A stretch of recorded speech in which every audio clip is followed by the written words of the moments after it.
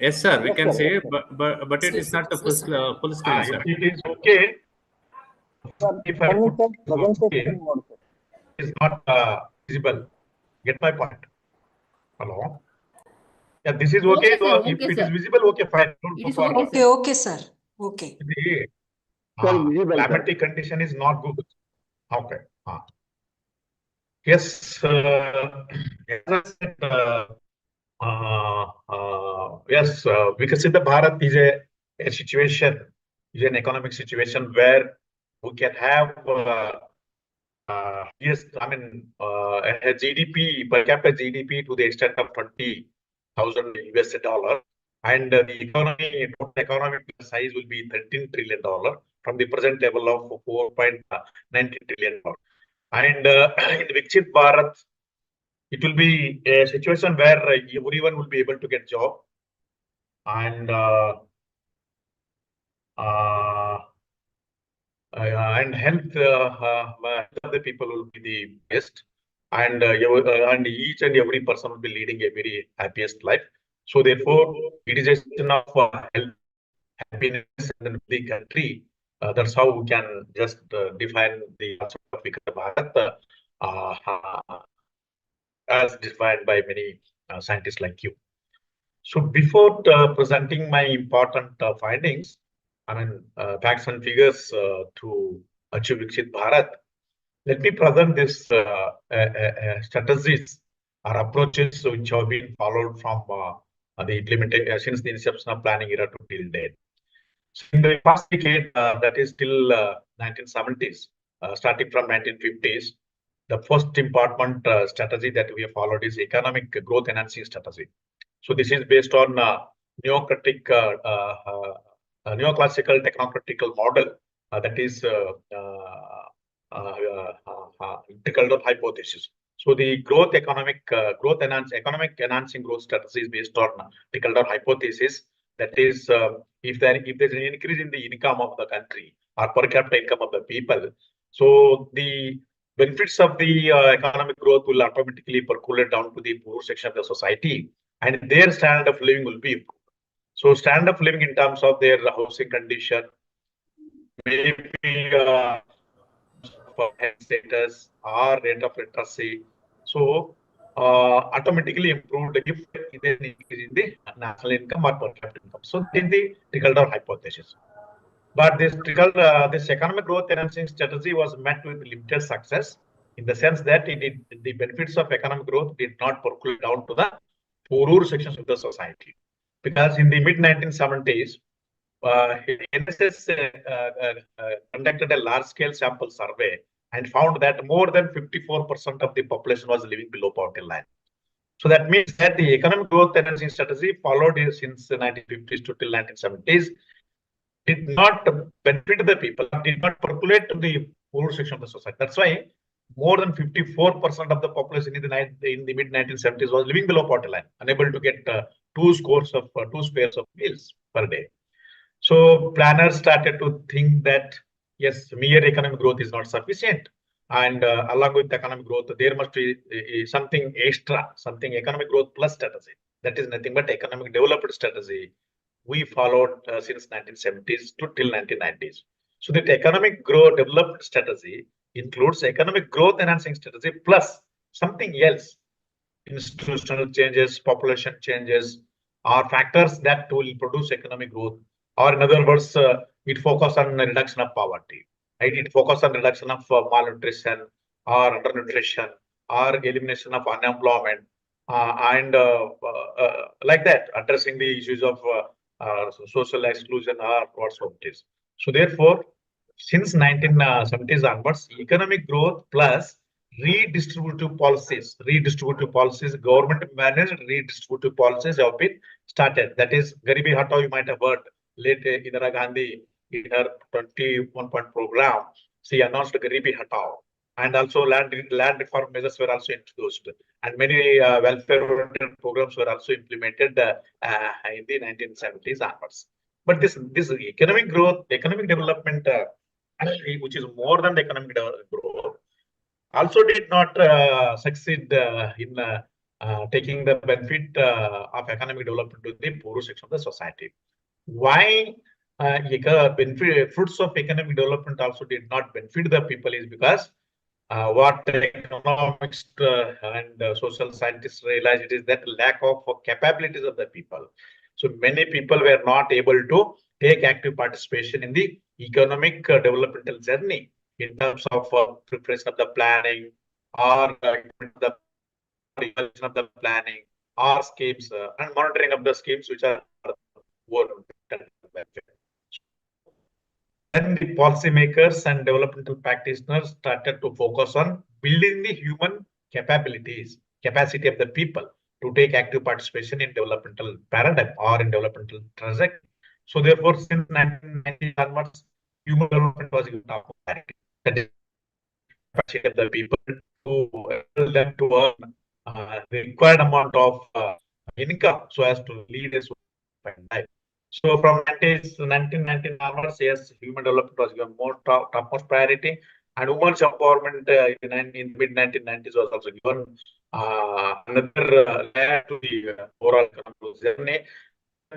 In the 20s, inclusive growth was given. You know, every sector and then every section of the society should become part of the overall growth journey or overall development of the economy. So inclusive growth was given topmost priority in the sense that no section, no economy should be bypassed or marginalized, should not be away from the mainstream development. So focus was given on inclusive growth in the now the current focus is in 2020 mid 2021st century Atmanirbhar Bharat, that is self-reliance. So making use of the indigenous knowledge, indigenous resources, and indigenous skill manpower, produce goods and then services, and export to different parts of the country and become global leader, global supply hub of the leader of the global supply chain. So therefore, this Atmanirbhar Bharat is based on a mantra called Sabka Saath Sabka Viswas and Sabka Viswas Sabka Prayas. This is one of the important mantra upon which this Atmanirbhar Bharat has been built accordingly. An approach has been developed to ensure Viksit Bharat or Bharat at 100 years. 100 years. That is when in year 2047 years of independence. So after completion of 100 years, India should become Bharat. That is the main the dream of our Honorable Prime Minister, and it should not become the dream of Honorable Prime Minister alone, but it should become the dream of each and every Indian subject, so that we can attain, because participation of each and every people in this overall journey is very, very important, especially the focus has been given on youth, because youth are the people who can contribute towards Viksit Bharat. They are the source of change as well as the beneficiary of this Viksit Bharat. That's why Prime Minister has focused on youth should come forward, and youth should equip themselves with modern tools and technology, and then contribute to the overall journey of Viksit Bharat or developed Bharat. And then because they are the only who are going to get benefit of that. So therefore, the focus was given to youth and farmers and poor people, and then even women community also. So these four are the most important drivers of this overall journey from the developing economy to the developed economy by 2047. So now what I'm going to present, the facts and figures, are the outcome of the cumulative effect of all these approaches. That is economic growth, then we followed economic development, then we followed human development, then we followed women's empowerment, and then we followed the inclusive growth, and finally Atmanirbhar Bharat. So this is how India has experienced different types of approaches started in the 1950s to till in the 21st century. So now we can see the outcome of performance of India in the last 75 years and 77 or 76 years, and what needs to be in the remaining 2 years that we can achieve Viksit Bharat by 2047. Yes, Viksit in core economic sector have taken Just see this. This is the important post. I collected data from World Bank. World Bank data generally, and then it is generally 2 years old. Recent data available for India, but the countries I have selected here are not available for the 24, 25, or 25, 26. So this is 23, of course, 23 years data, but still you can see because this is the data available at the global level. Yes, as per this data, India is the fifth largest economy. And the recent data, as you know, released by IMF, International Monetary Fund, India is the fourth largest economy with the $4.19 trillion. And the USA, and it's also, IMF also said that in by 27, India will be the third largest economy, bypassing Japan. So during the last 10 years, India's position in the year 2014, India was in the 10th rank. So during the last 1 decade or 10 years, India has bypassed Canada, France, UK, and now also Japan, and then Germany is also going to be bypassed by year 2027. So therefore, it is going to be the third largest economy in the world. And come to if you see the India's total GDP started from 1962 till date, so by 2047. Yes, we can see that there is a gradual growth in the overall GDP of the country, and our dream is to reach the $30 trillion by 2047. So there's a quantum jump, there's a significant jump from the present level of $4.19 trillion to say around $30 trillion. It's more than seven times increase that we need to attain.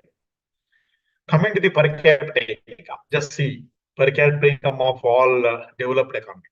See here I have followed one methodology to just see the current status of India and the status of Viksit Bharat by 2047.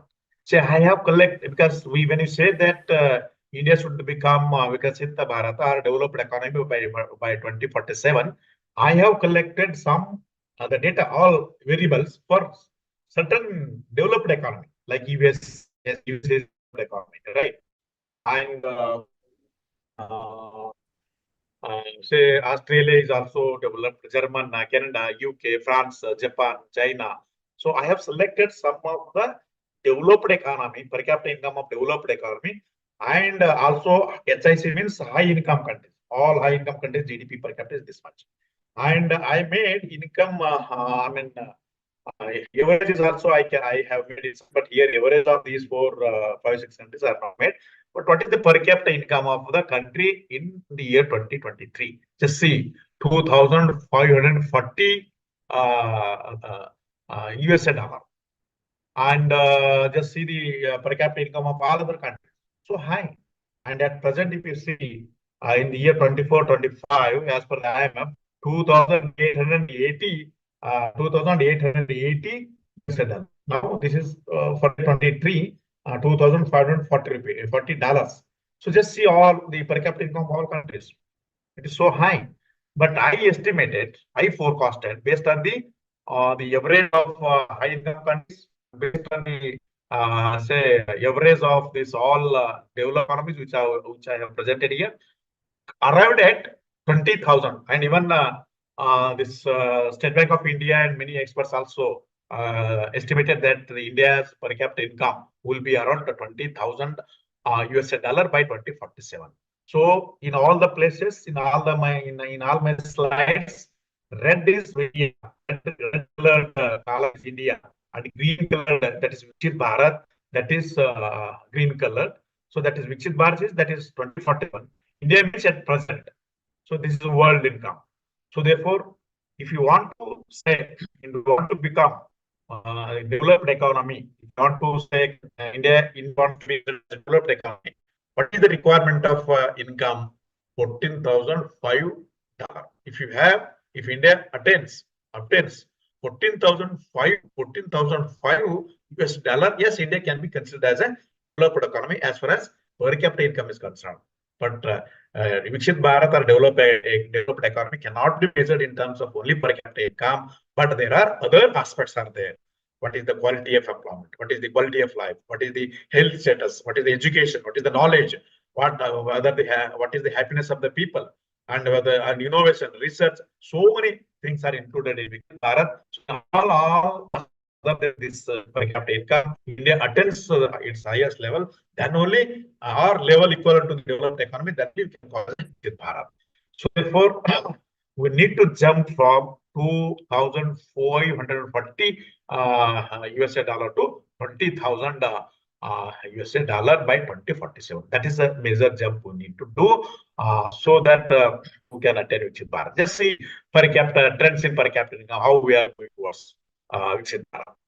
Just there is a gradual shift is there, but shift is faster, especially after the introduction of new economic policy, you can also say. And the recent per capita income is 2,880 USA dollar.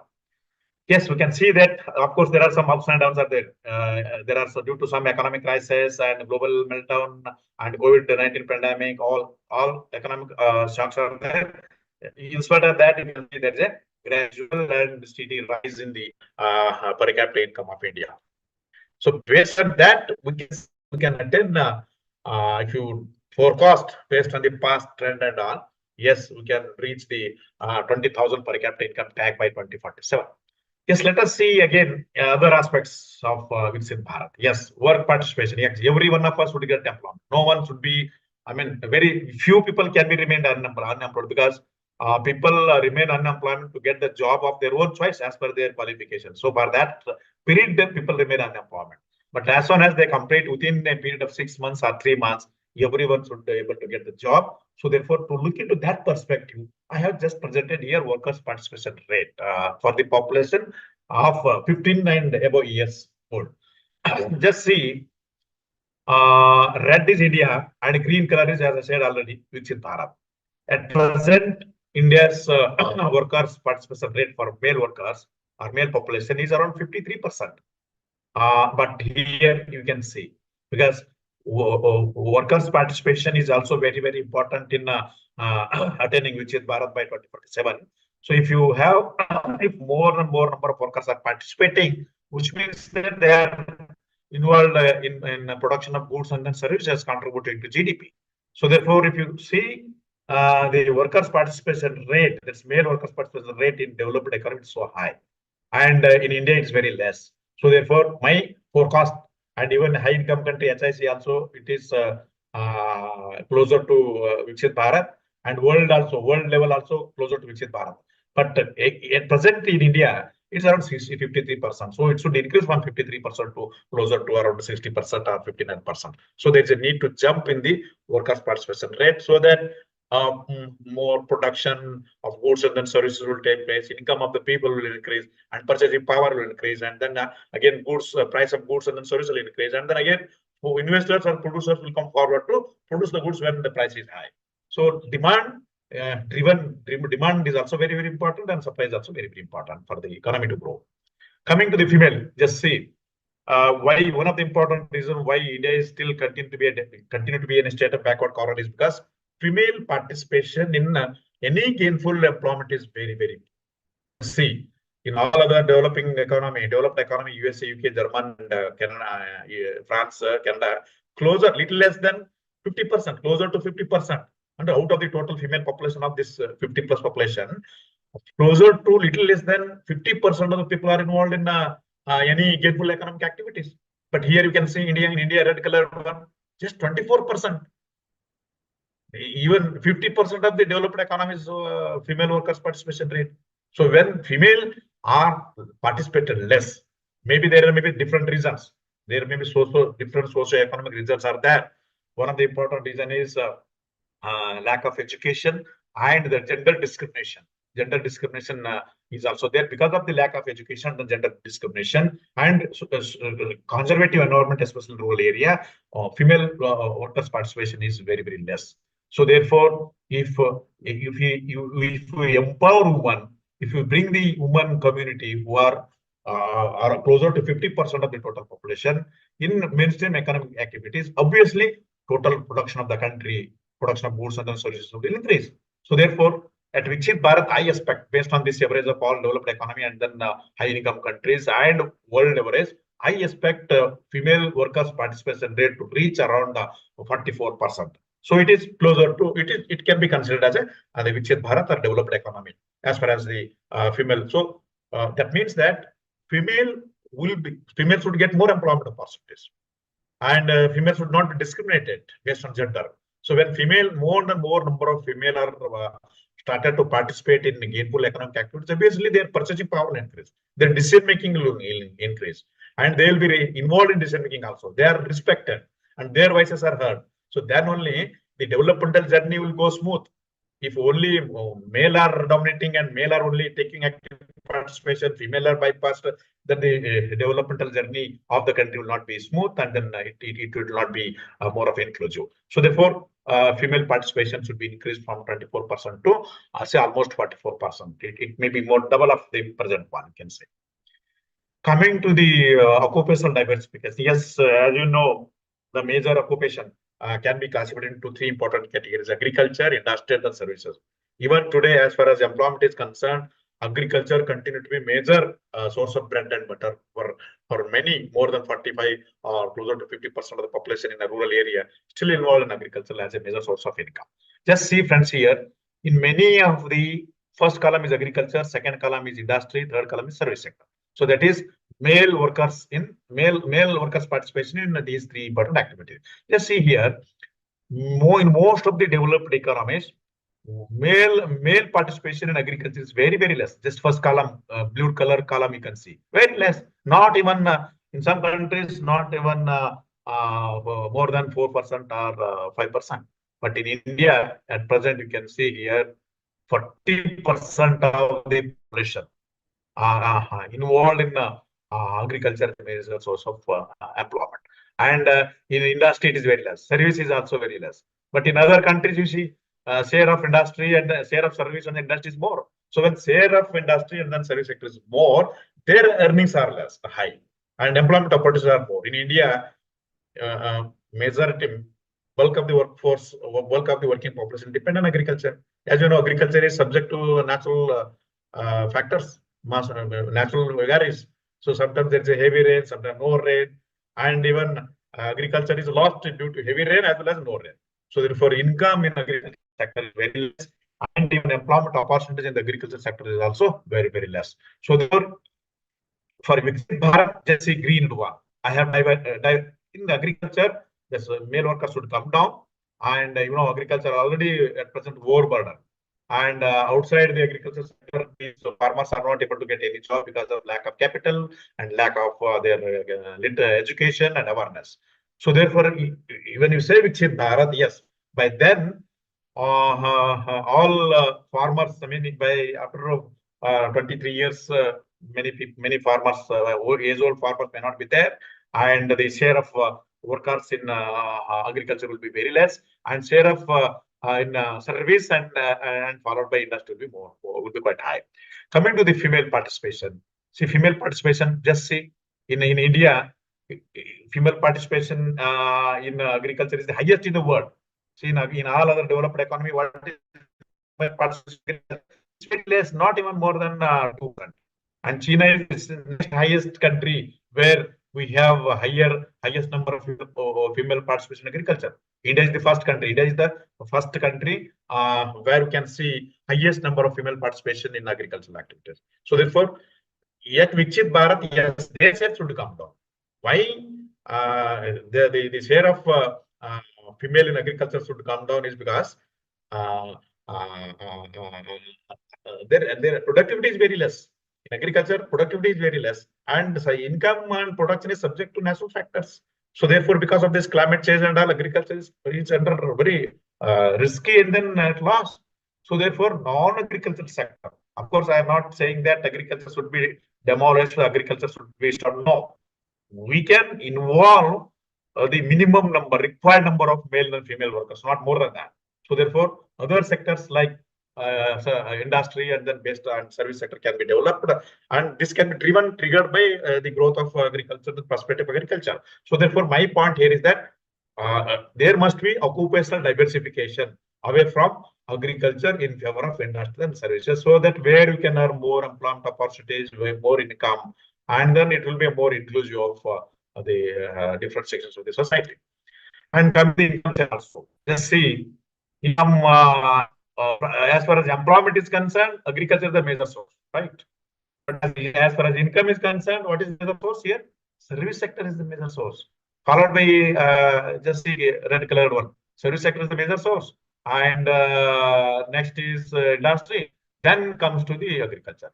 As far as employment is concerned, agriculture is the major source. As far as income is concerned, yes, service and the industry sector is the major source, which means that in agriculture sector, production is less, but the population is more. So if you work out the productivity per worker or income per capita, income per capita, productivity per worker in agriculture sector is very less, because production is less. See the income share, and population share is more. But in other non-agriculture sector, considering service and industry, production is more, and the workers' participation is very less. So therefore, if you shift the workers, if you make the policies in such a way that the occupational diversification is taken place away from agriculture to non-agriculture sector, obviously productivity in agriculture, non-agriculture sector like industry and service sector increase, and economy moves fast, and GDP will increase fast. So this is what needs to be done. And at Viksit Bharat, yes, that is green colored one. That is the status of occupation, income share by different sectors like agriculture, industrial service. Coming to the unemployment, yes, just see friends, are you hearing me? Hello, am I fast? Yes, sir. Sir. Hello. Sir. Yes, sir. None of us, sir. Is it okay? Are you following me? Yes, sir. Yes, I cannot see your photo. I don't know whether you are observing or not, but I can't see your photo. But this slide is visible, right? Visible, sir. Yes, sir. Yes, sir. Visible, Okay, visible. fine. Yes. It's Just look at visible, sir. this next slide. Yes. Unemployment rate. This is youth unemployment. If you in the age group of 15 to 24, just see the red color youth unemployment as per this World Bank data is highest in the world. Just see, it is more than France also. See in Japan, Germany, USA, Australia, see youth unemployment rate is very less. But at present, see youth unemployment, that red colored one is highest. So if a larger proportion of youth, most of them are now educated only at present, right? Very 1 or 2% are illiterate, but most of the youth are educated. And if the larger proportion of the youth, accounting to 1/5 of the total youth population, remain unemployment, what is the human loss as well as monetary loss? So huge amount of loss of human as well as the monetary loss is now we are observing. So therefore, good number of larger proportion of youth should not be remain unemployed. So more and more employment opportunities should be created. Then only more number of people will be involved in the productive economic activities, and they can contribute to increase in GDP. So in Viksit Bharat, just see, unemployment cannot be altogether eliminated, because there are many workforce who remain unemployed till they get the job of their choice, till they get the job of their according to their qualification. So for that purpose, maybe around 3 months or 6 months, yes, they may remain unemployed. But for a long period of time, no one should, actually less number of people should remain unemployed. So therefore, at Viksit Bharat, yes, unemployment should be the 50% less than what the present unemployment rate we have.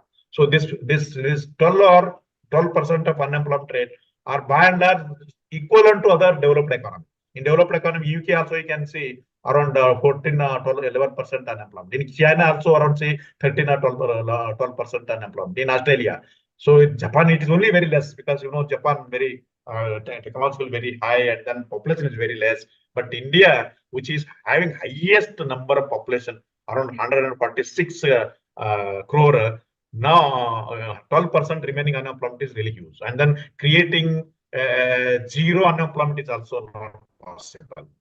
So my point is that yes, unemployment should be the 50% less than what the present unemployment rate we have.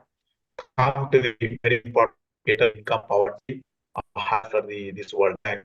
Just see, friends, income poverty, that is 2 per day per capita 2.15. It's extreme poverty. That's also known as extreme poverty, abject poverty, 2.15 US dollar per capita per day. Based on that parameter, just see, in most of the developed economy, poverty is even not more than 1%. Just see here, less than 1%. But in India, it is closer to 13%. But Vikshit Bharat, I cannot say that, yes, zero sustainable development goals, if you consider sustainable development goals by 2030, zero hunger and poverty, zero poverty, like that commitment is there. But I can't say that zero hunger or zero poverty can achieve, but still there will be poverty. Because other countries you can see poverty. So there will be some poverty by some parameter or some poverty line. So actually Bharat, yes, poverty will be there less than 1%, but at present it is around 13%. So there is a lot of recent data released by IMF. Poverty has substantially came down, but this is bank data that to 2023. But as per the recent time of data written on article, around 2.3%, 2.3% of the population living below poverty line. A line of that is 2.15 US dollar. So substantial poverty has come down as per IMF data, but that's fine. What is my point is that yes, there is a lot of scope is there to reduce the poverty. Yeah, this is as economic as well as just see this like expected relating to schooling, expected years of schooling and then the mean years of schooling. This is one of the important indicator used to measure the knowledge of the country. As per the UNDP, these two indicators are used to measure the knowledge of the country or capital of the country. Just see, in most of the countries, expected years of schooling as well as mean years of schooling of each person is more. And India's, you see, it is a red one, it is very less. And this level of schooling and then mean years of schooling to go up to say 16% and respectively. By considering these two indicators, we can estimate education index value. In Human Development Index, this is one of the important index used to estimate. Just see education index by considering these previous two indicators, expected years of schooling and then mean years of schooling. By considering these two indicators, we can estimate, UNDP has estimated education index value. What is the India's education index value? Just see red color one, which is very less.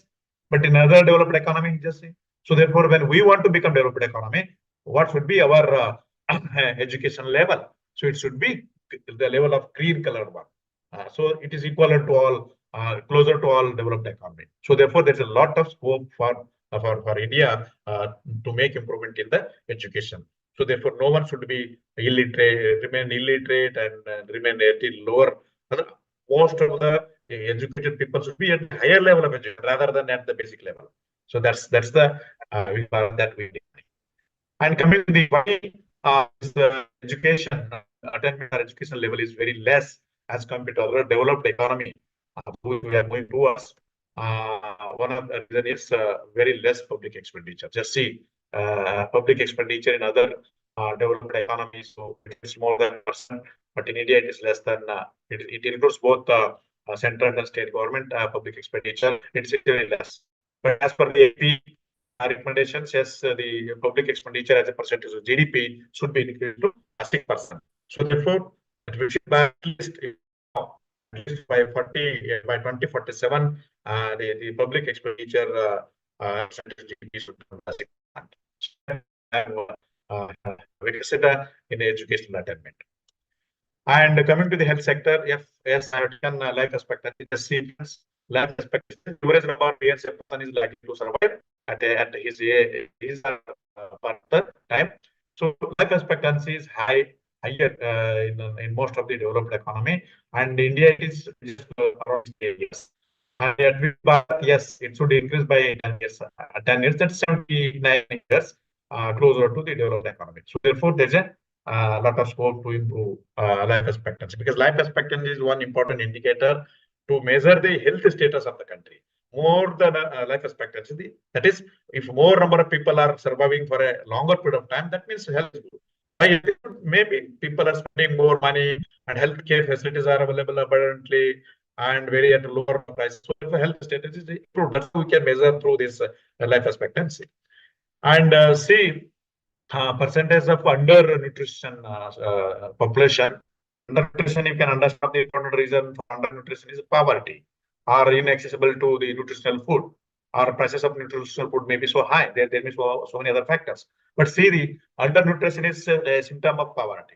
Undernutrition is a symptom of poverty. It is a non-economic dimension. So undernutrition, percentage of the population under nutrition is very less in other developed economies. See, in India it is 17%. So at Viksit Bharat, yes, we cannot eliminate altogether, but Viksit Bharat we can bring down to say 5% of the population under nutrition. And coming to the infant mortality rate, I am infant mortality rate and then child mortality rate. You know, infant mortality rate, that is the number of infants per lakh population, and the child mortality rate is under 5 years. So number of children with 5 years dying per lakh population, per lakh live births, you can say. So per thousand, sorry, not per lakh, but per thousand live births, number of children dying before celebrating the first birthday. See, infant mortality rate and then child mortality rate are so high, highest in the world. Just see here, India, maybe in Somalia and then Ethiopia, maybe figures maybe more, but among these selected developed economy, so India has highest number of infant and then child mortality rate. So this is one of the important indicators which is largely influenced by so many socio-economic factors. So therefore, why it is high is because maybe poverty, maybe parental illiteracy, maybe bad housing condition, bad drinking water. So many other factors are there. So infant mortality, high infant mortality is not a Viksit Bharat. So at Viksit Bharat, infant mortality rate should be very less, which I showed in Viksit green colored column. So at world level also we can see. So therefore, infant mortality rate should come down from present level to the around 3 and 4 respectively. See, maternal mortality rate, that is maternity mortality, that's death of mother due to delivery related problems per lakh population, per lakh live births, you can say. So that is MMR, maternal mortality rate. Just see, maternal mortality rate in India is for the year 2023, it is 80 per lakh live births. So in other developed economies, just see, it is very less. So at Viksit Bharat, I estimated it to come down to 9 per lakh live births. So therefore, maternal mortality rate should also come down. So when maternal mortality comes down to the 9, then we can say that yes, it is a Viksit Bharat. So therefore, there's a lot of scope for the improvement in the health sector as well. Coming to the physical ability of the health infrastructure in India. So after the COVID-19 pandemic outbreak, we realized and we understood that the India's ability to tackle this COVID-19 pandemic kind of diseases. And then we also know that the availability of the infrastructure facilities in terms of physicians, hospital beds, and the nurses, and there are many other health infrastructure. I have taken only 3: physician per 1,000 population and hospital beds per 1,000 population also. As per the WHO norms, WHO organization has fixed some norms related to these 3 indicators to provide minimum level of healthcare facilities to the citizen of that country. So what is this WHO norms? Per 1,000, every per 1,000 population, there must be 1 physician and 3 hospital beds and 3 nurses per get my point, per 1,000 population, 1 doctor must be there, physician, and there must be 3 beds and 3 nurses must be there, so that we can provide the minimum amount of the healthcare services to the society. But see, India's, what is the per doctor's availability? Not 1. It is just 0.7. And beds also just 0.5, and world level current level, world level, you can see. So in other developed economy, you can just see that physicians are higher per thousand population, hospital beds are higher, and nurses are higher. But in India, red colored one is very, very less. That's why we are not able to, which means that we have very limited availability of physicians, hospital beds, and the nurses. So therefore, if this is the case, we are not able to get the healthcare facility. It is at a very lower price and also hassle-free. So at Viksit Bharat, yes, in order to lead a healthy life by each one of us, so that we can call, when we lead a healthy life, then only we can say that it's a Viksit Bharat. If you are suffering from one or the other diseases for a longer period of time, and if you are not able to access the healthcare facilities at a affordable price, that is not a Viksit Bharat. So the Viksit Bharat, yes, this green colored one must be there. So that is physician per population should be 4, and beds per population per 1,000 population should be 5, and the nurses should be 10. So which are equivalent to all developed economies. And only you can say Viksit Bharat. So there's a lot of scope to improve this also. See, one of the important reasons why public expenditure, healthcare facilities in India is very, very less is because see, public expenditure as a percentage to GDP is very, very less. It's just including central and state is just 30% as per the World Bank estimates. But in other developed economies, just see more than 10%. So therefore, in order to provide adequate quantum of healthcare facilities like physician, doctor, hospital beds and nurses, yes, our public expenditure as a percentage to GDP should increase from present level of around 3.3% to around say 12%. So then only we are able to provide the required quantum of healthcare facilities, especially in rural area. You know, sub-centers are not functioning. If you are from rural India, you know very well, sub-centers are not functioning properly, and no nurses, no doctors in primary health care center, and CSC community health center also not properly functioning. Hospitals are there, doctors will be not there. Doctors is there, nurses will not be there, and all are there, but medicines are not there, and proper diagnostic instruments are not there. So therefore, public health care system has to be improved in this country. And if you see the private, they are exploiting like anything. They charge huge amount of money. And then what about the poor people? How they can access to health services from the private people where they can high prices. So therefore, in the rural India, where a larger proportion of the people are living, so primary health delivery system has to be improved. So that for that purpose, government has to spend huge amount of money, so that we can have Viksit Bharat, so that we can have lead a healthy life, happiest life, and then life without any very significant fatalistic diseases. Yes, coming to the development index. Human development index is estimated by considering three important indicators. Three important dimensions. One is standard of living. So standard of living is measured through per capita income based on purchasing parity. Okay. That is gross national income, per capita gross national GNI, gross national income, GNI. And that's one. So per capita income is measured, used to measure standard of living. More the per capita income, better is the standard of living. That's how it is understood. And other one is longevity. So longevity is measured through life expectancy. That is average number of years a person is likely to survive at his or her birth time. So life expectancy is one. That is longevity, dirghavishya. And third one is the knowledge. The knowledge is measured through rate of literacy. So rate of literacy or educational attainment is measured through expected years of schooling and then mean years of schooling. So by considering these three dimensions and three indicators, this is basically average of that. Average of these three will have human development index. So I have presented here the values of human development index for developed economies, and then our country also. Just see red one. It's very, of course, it is in the medium level of human development index, but it is very less as compared to other countries. You can see, so at Viksit Bharat, yes, I fixed this green colored one. You can see it should be equivalent to all other developed economies, which means that we should improve per capita income. Per capita income should increase from $2,540 US dollar to $20,000 US dollar. And life expectancy should also increase from 68 to 78 or 79, right? And education should also increase closer to 90. If you consider the rate of literacy from present level of 77%, it should increase to closer to 90% if you consider the rate of literacy. So therefore, in 3 dimensions, if you improve, obviously human development index will also improve. We equal to all developed economies.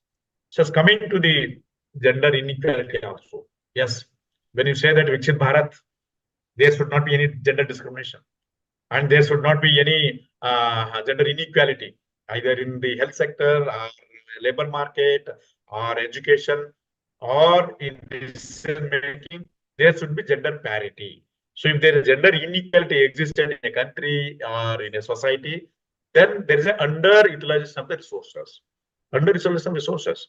So to that extent, the production will be less, GDP will be less, and country will not be progressed, and country will not be able to achieve Viksit Bharat. So therefore, when you say that Viksit Bharat, women should also be equally participate in all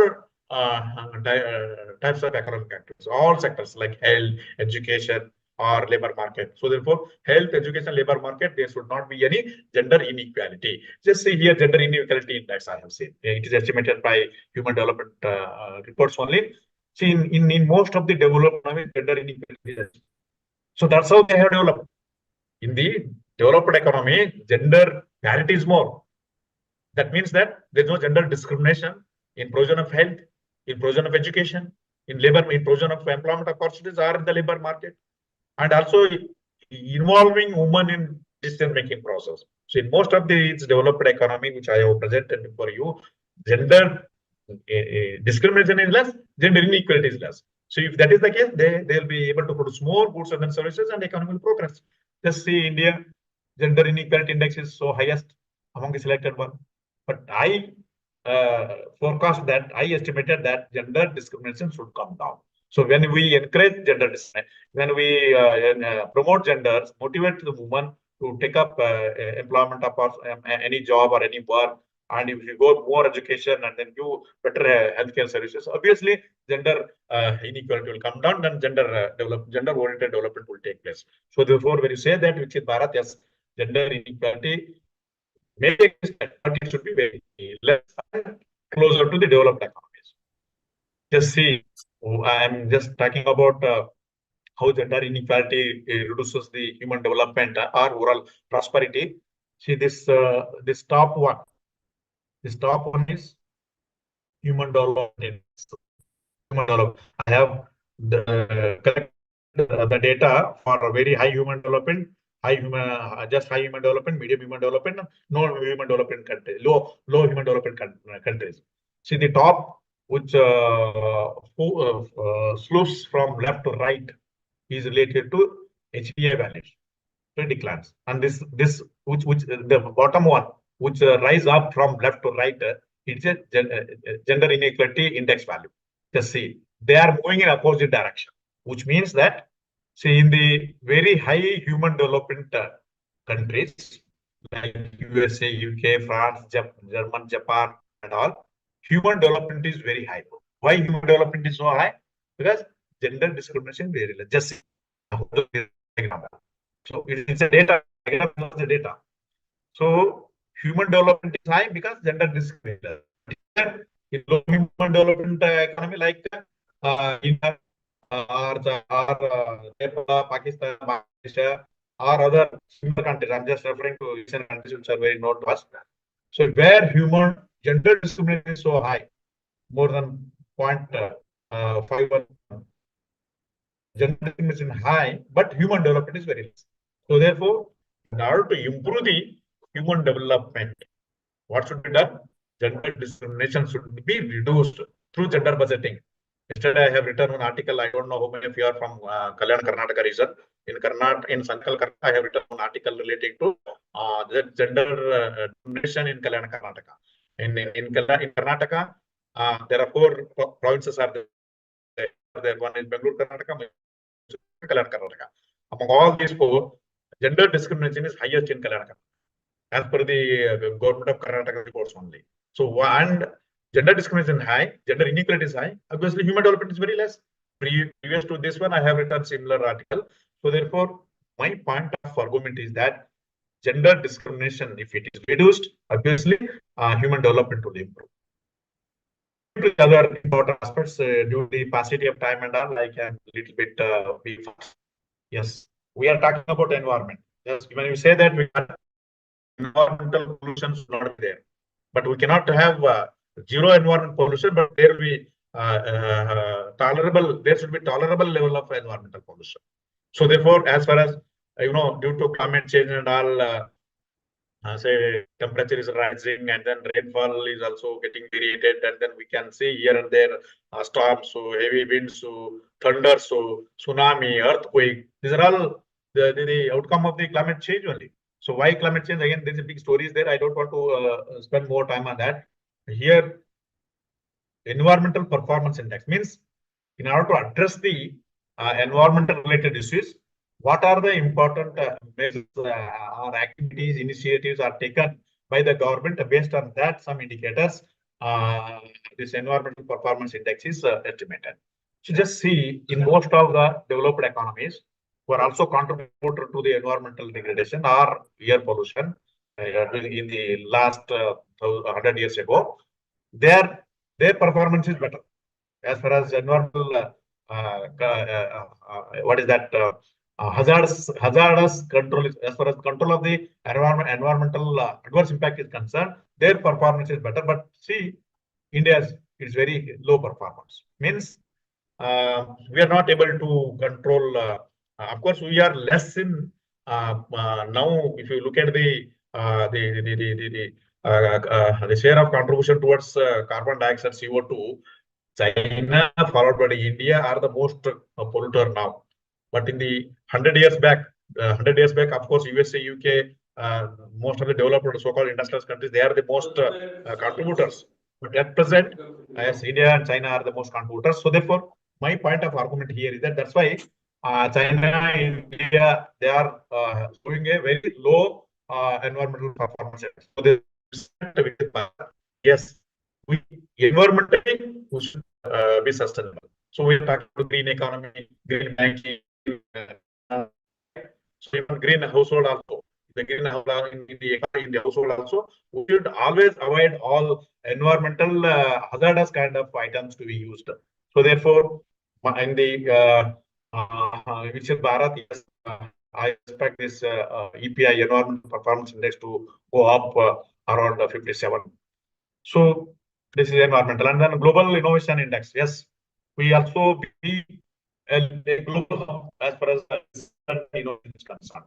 But if you look at the performance in terms of innovation, research and then innovation, very poor. Viksit Bharat, yes, it should improve. And coming to the inclusive growth index also. See, this inclusive growth, no section, no society, no person should be bypassed or marginalized or neglected from the main development. So that's how we can define the inclusive growth. And no sector also. All sectors, all person, all sectors should become parcel of the mainstream development.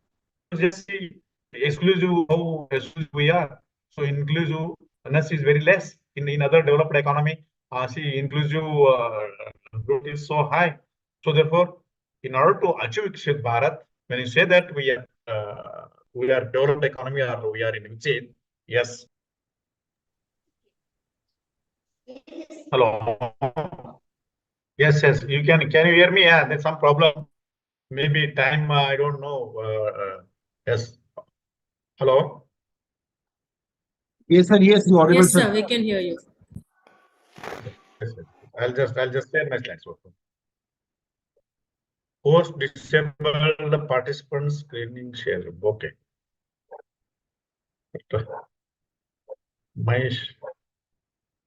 Now you can share, sir.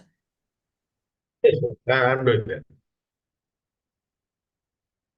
Is it visible? Hello? Not yet. No, sir, no, sir. Not yet, sir. Sir, it's starting. Now it's Yes, visible. sir. Yeah. Yes, sir. Yes. Just see. Yes, sir. Now it's Yes. visible. Inclusive growth. Yes, sir. Is it visible? Yes, sir. Hello? Yes, sir. Yes, sir. Yes, sir.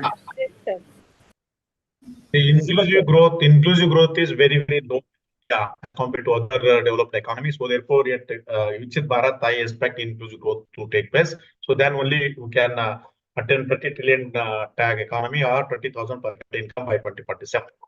Coming to the next important, global peace. Peace is also important. Ultimately, what is important is peace and then happiness. So as far as peace, it's a negative in terms of negative. Measured in terms of terrorist to attack and all crime. Due to time, I'm not deal all those indicators. But peace is in general, see, very less in India. So it is a negative value. If the value is less, peace is more. Negative value means if value is less, peace is more. See, in Iceland is the most peaceful country in the world. Iceland, Canada, Japan, say the peace is very high. And this USA in India, see, peace is very low. See, values is high. Value high means peace is very low. Value low means peace is high. Negative indicator. So therefore, at Viksit Bharat, yes, I estimated that this could be the peace. So therefore, when you say that Viksit Bharat or developed economy, yes, in the country there must be peace. There should not be any terrorist. There should not be any crime, and even women can move in the without any fear and any risk. In the midnight, they can move here and there. So that's what we can see the peaceful environment in the country. Last important indicator is happiness. Ultimately, what is important is happiness. You may be having so much of income. You will be having so many bungalows, so many cars, so many everything. But ultimately, what is important is the goal of the human being is to have lead a happiest life. So therefore, if you look at the World Happiness Index, what is the India's value? It's very, very less. And what is the happiness of all other countries? Where can see it high? So therefore, at Viksit Bharat, yes, this green colored one, you can see that I expect this happiness index to move from present level of 4 to around 7 values. So therefore, happiness index is most important component. So these are the indicators. I have again, this looks like a Viksit Bharat. Just see, this is a radar analysis. I have taken all the positive indicators together, put into a radar analysis. This looks like a Viksit Bharat by 2047. So here, what are the indicators I have presented here? I put into this radar analysis. You can see that the dotted one is dotted. There are two lines. Dotted one is present level, and then the green one is Viksit Bharat. So the distance between the dotted line and then the green line is the gap that we need to fill up. You and me and all the youth, all the people of this country need to fill up this gap. So that is green one is Viksit Bharat, and the dotted one, you can understand the dotted one color within the green one is current Bharat. So therefore, there's a lot of scope in increasing in the per capita income. Lot of scope is there in the workers' participation rate, and lot of scope is there in the human development index, and lot of scope is there in the health sector. So therefore, this is for positive indicators. For negative indicators, should be reduced. So this is Viksit Bharat for negative indicators. Negative indicators like youth unemployment. Yes, youth unemployment should come down. Income poverty should come down. Undernutrition should come down. Infant mortality should come down. Child mortality should come down. and maternity mortality, these are all gender inequalities should come down. So global peace should increase. So these are negative indicators. So for negative indicators, how Viksit Bharat looks like is this one. So therefore, friends, if you look at here, there is a lot of scope for the improvement in the health sector. Just see the distance. Dotted one is the current, that's India, and the green color, this green color one is Viksit Bharat. So this distance between green color and dotted color is the gap that we need to fill up as far as the negative dimensions of development is concerned. So therefore, this is how we can see the Viksit Bharat in terms of negative and positive indicators. So, yes, I have presented almost all the indicators where India has achieved for during the last more than 75 years, and remaining 20 years of independence or 2047. Yes, this is a gap that we need to fill up. So for that, to fill up this gap, both either in the negative dimensions and positive dimensions of development, what needs to be done? Yes, there are so many strategies and then so many issues have been policies have been I have suggested here. So one most important point is that accelerate economic growth and then industrialization. So in order to attain Viksit Bharat by 2047, or in order to have 20,000 per capita USA dollar by 2047, what should we annual GDP? Annual growth rate of the GDP should increase at the rate of 8 to 9%. So then only through economic reforms we can bring lots of economic reforms and all, and we can have sustained increase in the GDP growth. So then only we can attain Viksit Bharat. So GDP should increase at the rate of 8 to 9%. And greater focus will be given manufacturing and exports. India should become self-reliant in manufacturing of the commodities and export. So therefore, we can strengthen Make in India, Startup India, young like that. Stand up, startup, and then we can focus on this through this production linked schemes, and also integrate into global supply chain. We should become 2 course of time. We should produce more goods and services and export to different parts of the globe, and then become a global leader to a supply chain of goods and services. And greater focus would also be given for MSMEs. No, MSMEs, micro, small, and medium enterprises, they are going to play a very, very important role in providing employment opportunities to the skilled and then semi-skilled youth in the rural areas. So therefore, greater focus would be given to MSMEs. And of course, in the budget also, you have seen greater emphasis is also given for MSMEs and then startups, so that more and more number of youths can be employed, and then they can contribute towards Viksit Bharat. And ease of doing business also. There are lots of red tapeism. In order to start a business, lots of get lots of rules there. But there must be some ease of doing business. The judicial aspect should be simplified, and then there should be hurdle-free, hassle-free access to credit from the banking institutions. Even tax regime also, GST also, we had some problems. GST should can also be simplified, and green economy should be promoted. We should focus on renewable energy and electrical vehicles, and then circular. We are talking about circular economy. So that plastics should be reduced. Use of plastic should be reduced, and then reuse and then recycle it. So therefore, we can promote green economy wherever it is possible.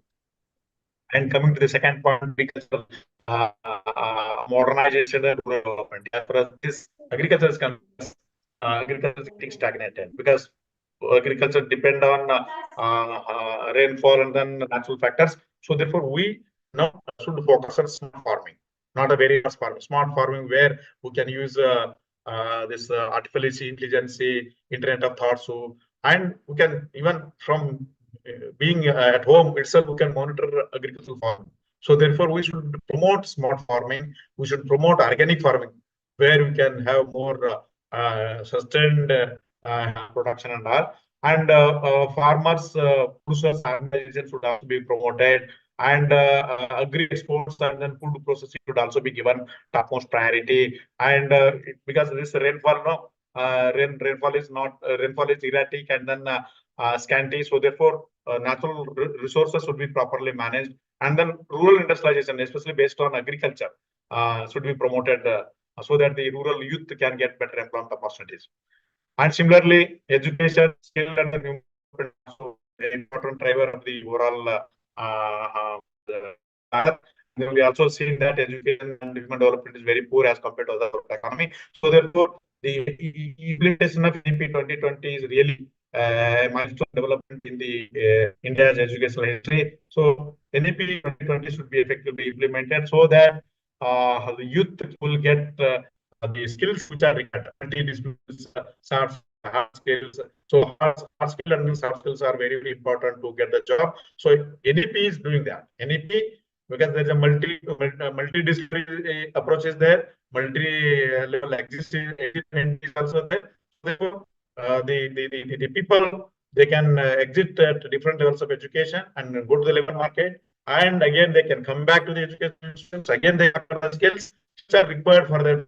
So therefore, that is made in NEP. NEP 2020 has to be effectively implemented, and then STEM category students should be emphasized. STEM category means science, and technology, engineering, and mathematics. That is STEM category students. So STEM, even Prime Minister also focusing on this category students. So STEM, science, technology, engineering, and mathematics students share should be increased in the overall workforce, so that the growth will be so faster.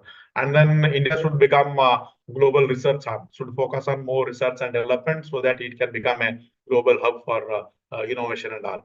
And even India, we should expand this digital education. You can use the artificial intelligence in access to education, in provision of education, in teaching, learning, and accessing the resources and all. UGC recently has launched one nation, one subscription. So under one nation, one subscription, 30 publishers, world-known 30 publishers, 30,000 journals are freely made to all the state universities, and then central and state universities, and also likely to be available for all the college teachers as well. So therefore, the journals which are available in Cambridge, Oxford, and Chicago, world-known universities are also available to Indian universities, state university, and the central universities, and they are also now provide this facility to all the college teachers as well. So therefore, that kind of digital education access will be that the degree. Skill is also an important factor. So therefore, under Skill India mission, everyone doing, and India become a global capital of skills. So India is dreaming towards a global capital of skill by 2047. So therefore, skill economy, in order to have a skill economy, yes, under Skill India mission, should be trained and ready. And getting health in as far as health sector is concerned, yes, India has very limited healthcare facilities. So therefore, health should be focused on universalization of health should be ensured, and then even medical infrastructure can be improved, and biotech and then farm sectors should be focused, so that we can produce a good quality drugs and then medicines with a very low cost. And nutrition and then mental health can also be strengthened through effective implementation of POMA, Ayushman, Bharat scheme, and maternal health and wealth should also be promoted. So like that, because of the paucity of time, you can see environmental related should also be 70, and for that we should focus on electrical vehicles, and even forestation should be focused. Biodiversity should be given topmost priority, and sustainable industry practices should be given importance, and even women empowerment and then inclusive growth should also be focused. So for that purpose, financial inclusion, Jan Dhan Yojana should be effectively implemented.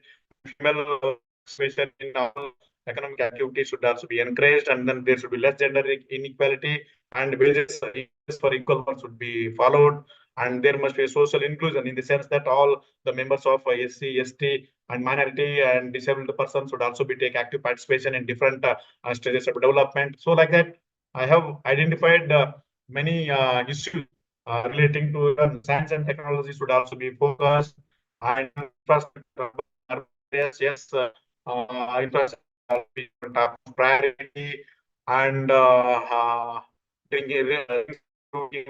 information for transportation technology can be used to provide all these facilities, and the governance also. You can use artificial intelligence to provide good governance, and you can also strengthen global leadership by exporting different goods and services to different parts of the country. We can lead a G20, you can lead a BRICS, can become a thought leader, ship in the globe, and then we should promote our cultural heritage. India is very rich in culture, arts, and natural resources. So therefore, India should promote and then propagate its India's indigenous culture to the world. And then India can become a Vishwaguru, and India can also become the Viksit by 2047. So this is my message, that yes, India can achieve. And of course, there are many challenges. Lot of scope is there in all health sector, in educational sector, in the economic sector, and environmental governance, and R&D. Lot of scope is there. And till now, we have really achieved a lot. And then in order to Viksit Bharat by 2040, a lot of scope is there, a lot of gap is there. Yes, you and all of this country are going to take active participation, and then they have to work for 24/7. So then only we can achieve Viksit Bharat. Otherwise, it was very, very difficult. We can achieve Viksit Bharat in terms of income, but Viksit Bharat in terms of health, happiness, peace. Yes, for this to happen, every citizen of this country have to work hard. So this, I conclude my presentation. I don't know how much justice I have done it, but I tried my level best to convey the message and convey the message Viksit Bharat can be attained by 2047 with all the facts and figures. Now it is open to